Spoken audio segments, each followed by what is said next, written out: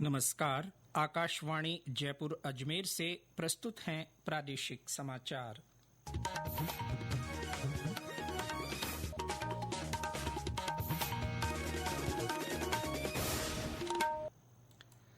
समाचारों के साथ मैं जितेंद्र सिंह पूनिया।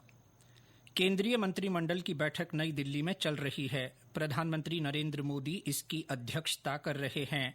पहलगाम आतंकी हमले के बाद मंत्रिमंडल की ये पहली बैठक है।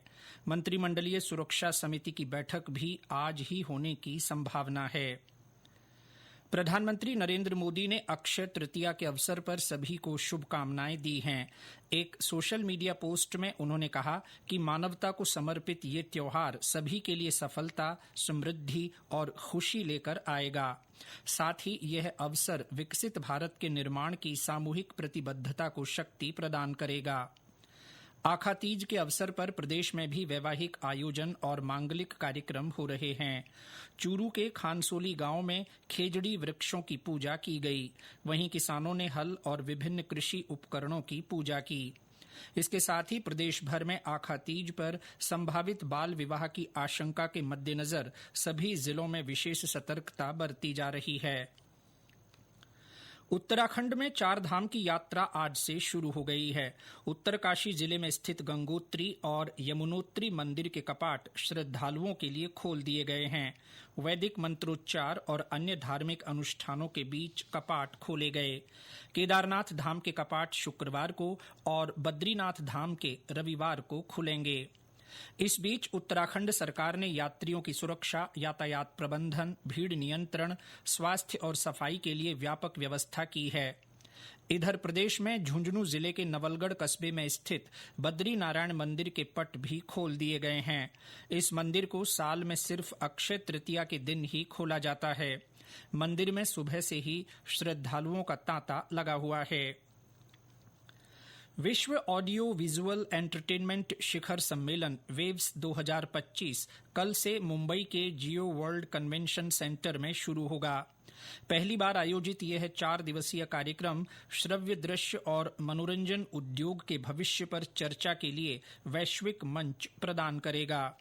कार्यक्रम में वैश्विक मीडिया संवाद, क्रेता विक्रेता बैठकें, उभरते सृजनकर्ताओं के लिए अपनी सामग्री को प्रस्तुत करने और बढ़ावा देने के सत्र आयोजित होंगे। इसके अलावा स्टोरी टेलिंग के नए जमाने के प्रारूपों के बारे में भी जानकारी दी जाएगी। आयुष मंत्रालय कल से राष्ट्रीय आयुष मिशन सम्मेलन आयोजित करेगा। महाराष्ट्र के लोनावाला में आयोजित होने वाले इस 2 दिवसीय सम्मेलन का उद्देश्य देश में आयुष आधारित स्वास्थ्य सेवाओं के लिए एक राष्ट्रीय मंच के रूप में कार्य करना है। आयुष राज्य मंत्री प्रताप राव जाधव सम्मेलन का उद्घाटन करेंगे। सम्मेलन में आयुष विशेषज्ञ, नीति निर्माता, स्वास्थ्य पेशेवर और शोधकर्ता पारंपरिक भारतीय चिकित्सा पद्धतियों को मुख्य धारा की स्वास्थ्य सेवा में शामिल करने के उपायों पर चर्चा करेंगे।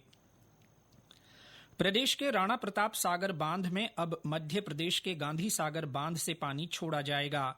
जल संसाधन मंत्री सुरेश सिंह रावत ने कहा है कि मध्य प्रदेश सरकार की पंप स्टोरेज परियोजना के निर्माण के लिए गांधी सागर बांध से राणा प्रताप सागर में जल छोड़े जाने की मांग पर ये निर्णय लिया है। इसके तहत गांधी सागर बांध से लगभग 892 मिलियन घन मीटर पानी छोड़ा जाएगा। श्री रावत ने कहा कि राणा प्रताप सागर बांध में आने वाला पानी गर्मियों में पेयजल, सिंचाई और औद्योगिक जरूरतों को पूरा करने में उपयोगी साबित होगा। इसके साथ ही विद्युत उत्पादन के लिए भी जल का समुचित उपयोग सुनिश्चित किया जा सकेगा।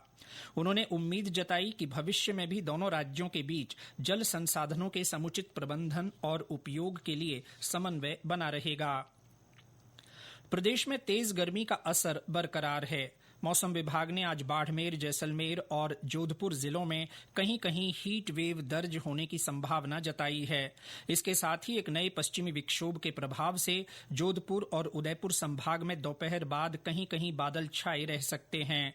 वहीं कल राज्य के कुछ हिस्सों में आंधी चलने और बरसात होने के आसार हैं। इससे तापमान में 2 से 4 डिग्री सेल्सियस की गिरावट हो सकती है।